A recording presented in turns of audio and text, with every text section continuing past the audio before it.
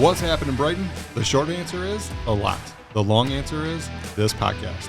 What's Up, Brighton is a show dedicated to the community we all love. Hosted by Roger Burnett, Eric Meldrum, and Coach Mark Howell, this podcast will feature news, issues, and discussions impacting Livingston County and celebrate the people who make our slice of Michigan go and grow. This is What's Up, Brighton. What's your favorite pizza topping? Strictly pepperoni. Pepperoni? I love pineapple. I'm one of those guys. What? I could do just pineapple. I could do ham and pineapple. Like, let's go. Pineapple me. My favorite pizza topping is volunteers. Hey-o! Ladies and gentlemen, welcome Look at that to the segue. What's Up Brighton. Getting good What's at that. Up Brighton podcast. I'm Roger. This guy here next to me is Coach Mark. That guy over there across the table is Eric. What's happening, guys? What's going on? You know, Nothing. We're just winging it today. it's gonna be Love it. It's gonna be fun to see if people start figuring out what those little front end segments are all about.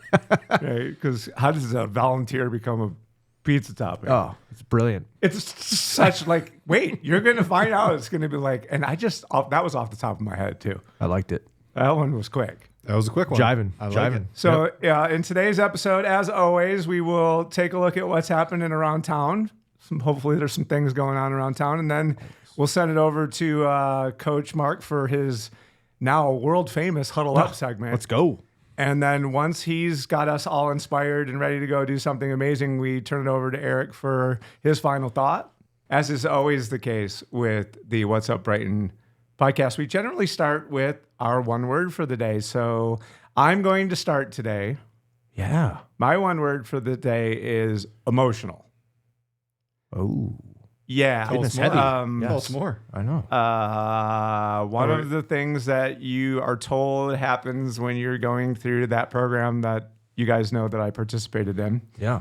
is your ability to tolerate other people's BS goes right out the window. Mm. And I've been not tolerating people's BS very well this week. So it's stirred up a lot of emotion in me. Okay. And it would have been one of those, like, historically, maybe I would just let some of this stuff roll off my back. Not so much these days. So emotional. Emotional is me. How about you, Eric? Not emotional, but kind of emotional. My daughter's having her first communion this weekend, and I think the word that just comes to mind is like, I'm just in awe that so much time has passed, and I feel like it was just yesterday. I'm like, things are just moving way too quickly at this point. We got first communions. Daughter's going to be 8 and 6 this year. I'm like, they're like babies. They were just babies. Like, what is happening right now? So just, I can feel that. It is emotional. So I'm going to just piggyback off of Rogers. Dig it. Beautiful. My word is hero, heroism, heroic, some version of that word. As everyone can see today, I'm wearing my Team Prout t-shirts. My good friend and a hero of mine, Larry Prout Jr. From Pinckney, a local young man who's just an absolute rock star of a human, is battling. He's constantly battling just so many health crises in his life. And I'm just, he's heavy on my heart as he's in the hospital. He's been in the hospital for a few weeks now. He's had like 4 or 5 surgeries just in the last week, all emergency type stuff. And he had already had like 110. So I don't know if he's at 115, 120, whatever he's at surgery wise. But that young man just keeps crushing life in the face of overwhelming obstacles and just heroism, hero. He's kind of inspired my Huddle Up segment today. And so the word hero is one that's resonating with me today. Awesome. On behalf of the entire community, we're all pulling for Larry. Absolutely. I'm on record as saying everybody loves Larry. Yes. Everybody loves him. And Literally. Yep. to know him is to be inspired. So prayers for you, my friend, and for your whole family. You know, we're pulling for you just like always. And, you know, one of the things that we know about this community is we rally around when people are in that moment. So thanks for representing and letting us know and letting the people know that prayer warriors need to unite, baby. That's Let's right. do it. That's right. All right. So what else is happening around town, boys? What's else going on that's of note? Well, I want to give a shout out to one of our own. Speaking of one of our own, we have a Miss Brighton that is running. There's a I didn't know this pageant even existed. I don't know that most pageants exist, if I'm being completely honest. Yeah, it's not on my radar, but I know that's not a on my life, radar. right? But this is somebody that has crossed my path, and I just want to give her a shout out. Laura McGaffney. She's a resident here in Brighton. She saw an Instagram post and thought it'd be a great opportunity to get involved because she didn't know there was actually pageants for married women. Okay. And this was an opportunity to go into Miss Michigan / America, and she's representing Miss Brighton in the pageant. So there's a link you can go vote. It's in the group. I think by the time this episode airs, voting will probably be closed.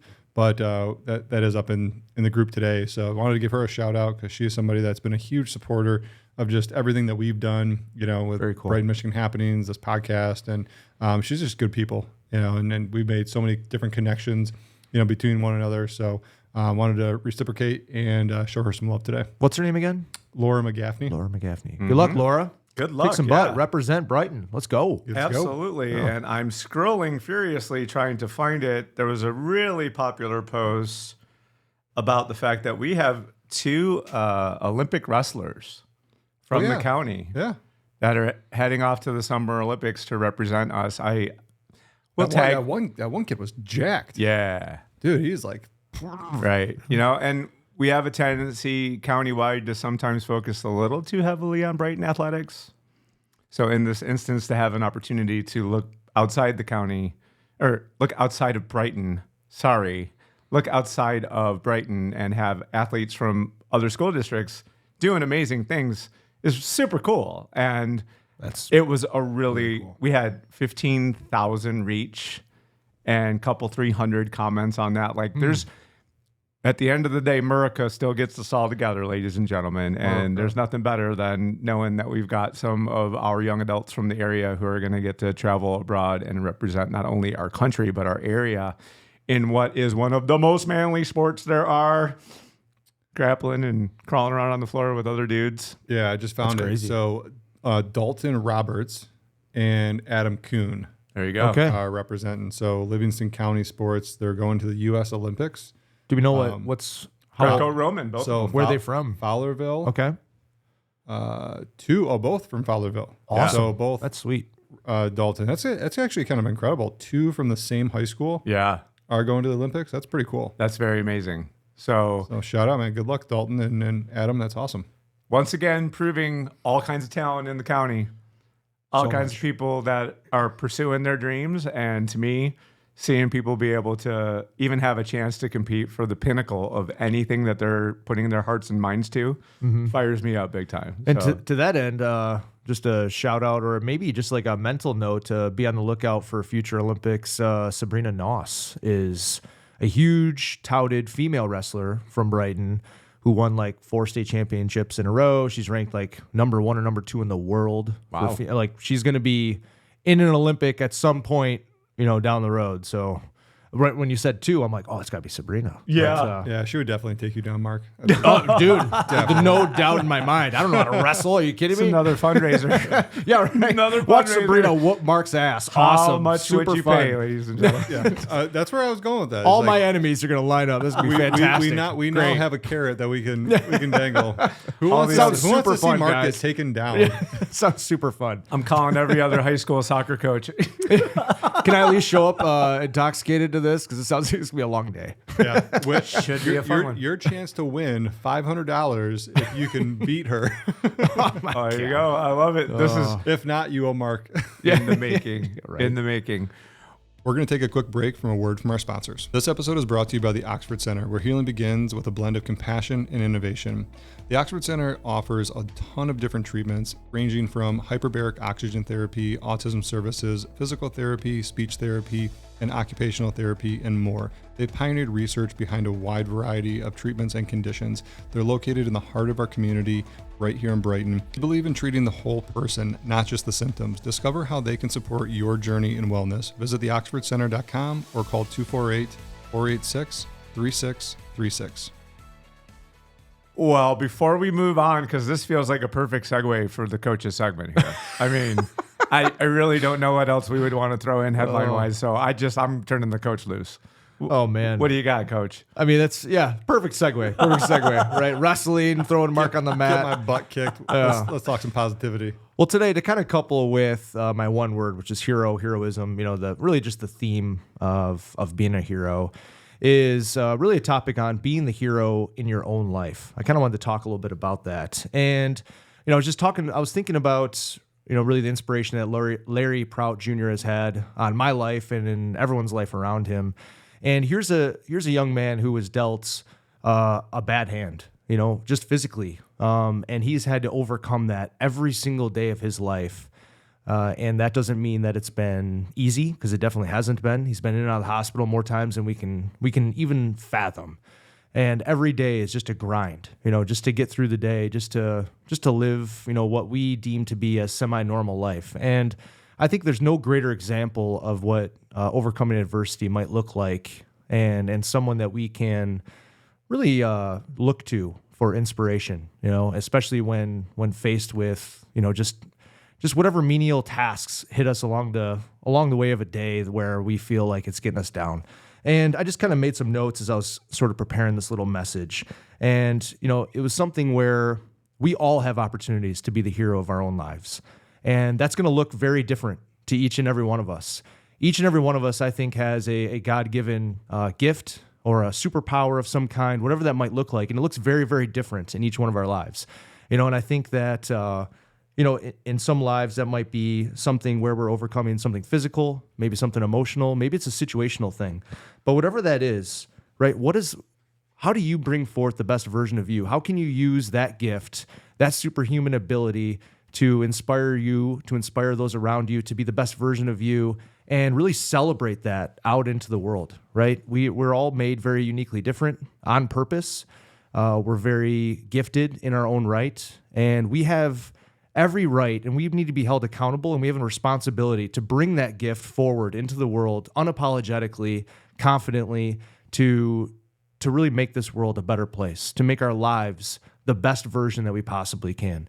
And I think all too often when life gets a little bit challenging or gets a little bit hard, we shrink to the minimal version of ourselves rather than rising up to it and recognizing our superhuman abilities to just bring whatever those gifts are to the forefront. And, it's never, I think one thing that really resonated with me is, as I was thinking of heroism in general, I was thinking of, what superhumans look like, superheroes, right? I'm a big superhero guy, and how each one has a different ability, has a different strength and also weakness, but different strength, and how they all look different. Some of them have, maybe a superhuman ability.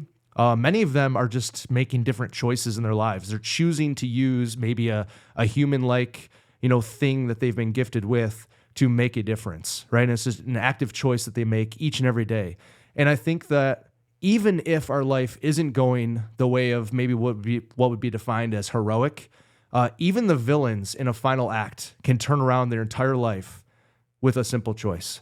And all too often in a comic book or in a movie or in a show or whatever, right? Whatever it might be, that villain chooses in their final acts to turn it around. And I'm thinking about, Larry and the cards that he's dealt. He could sit around and cry about it all day long, but instead he started a nonprofit. He helps inspire others. He shows strength even when he's weak. And he does the hard things day in and day out because that's what he's choosing to do. And it's an active choice. And it doesn't mean that it's easy. It doesn't mean that it's going to ever get easier. It's an active choice that he makes each and every day, independent of what happened yesterday and independent of what's going to happen tomorrow. And I think that regardless of what path your life has taken till now, you have an active choice how you want to direct it now, in the present, tomorrow, the next minute, whatever might be right ahead of you. And it's never too late to act on whatever it is that's nudging you, that's pushing you, that's prodding at you to be the best version of yourself, to make this world a better place, and just change the world one act at a time. One act at a time. That's all it takes. That's all it takes. That's all it takes. And leave it to the nonprofit guy to totally be behind the other guy with a nonprofit.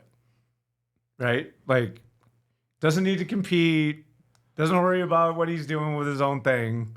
There's a human being out there that needs everybody's help, that cares more about gathering up everything that we want to offer to him and offering it to other people.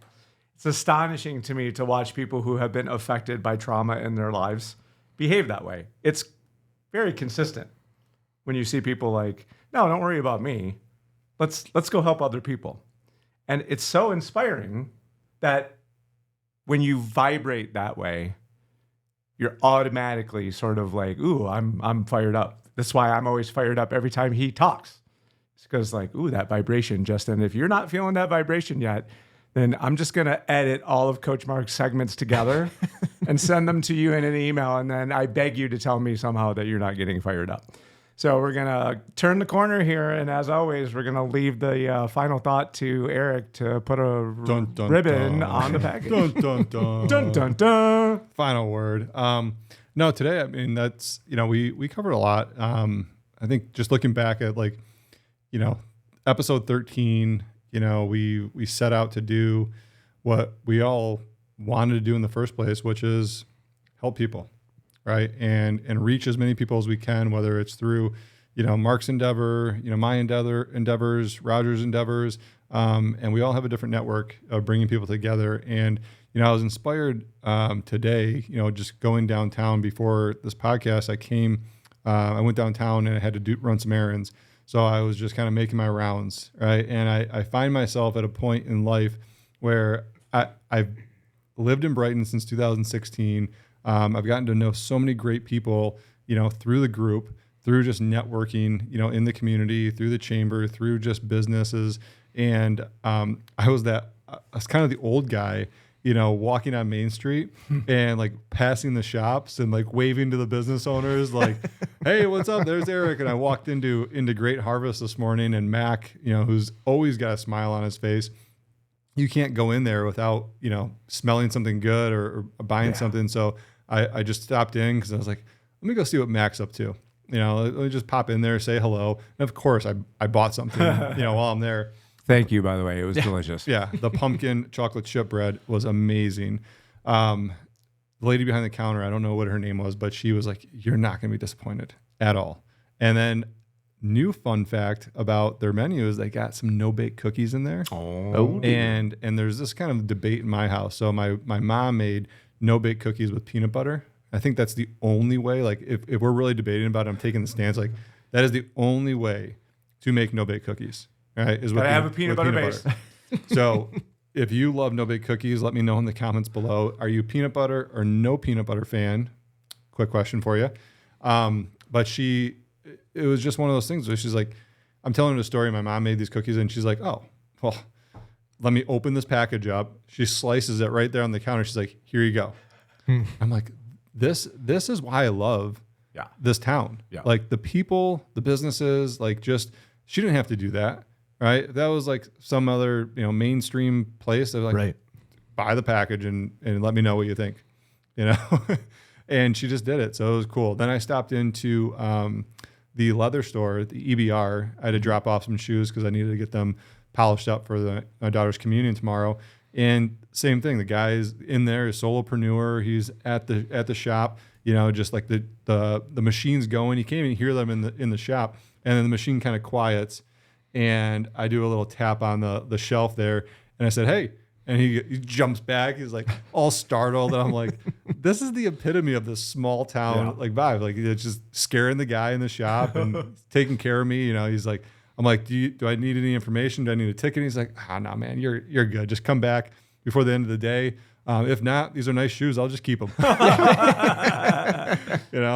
So, that it just reminded me of like taking what Mark was saying, taking things into your own hands, right? Making positive situations out of potentially negative situations that could have a very adverse effect on your attitude and just your demeanor, about life, but spinning that in a way. And, I think that's the beautiful thing about this community is like, we get to live here, right? We get to be a part of this community.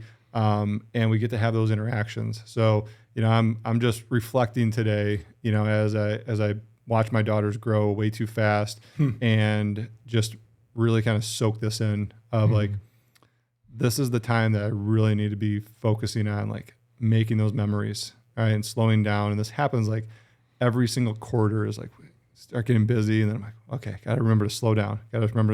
And then it happens again, right? Just put your head down, get busy, and then, happens again. So that's my final thought for today. Just really taking the appreciation of the beautiful things that we have around us, beautiful loved ones that we have, and go out and hug somebody and say you love them today. Like that's what we're here for. Otherwise, life's just going to pass you by, and you're going to be 89 before you know it, and have a lot of regret. So, I'm all for anti-regret, and we're all big proponents of the idea of be where your feet are. Yes. So that's it. That's all. That's everything. Congratulations, guys! Episode lucky number 13 in the books. Lucky Let's number go. 13. We got some Swiftie fans out there. Lucky number 13. Swifties. Dropped a new album. I don't even know what you're referring to, but I'll say, ooh. Dropped a new album. So wait a minute.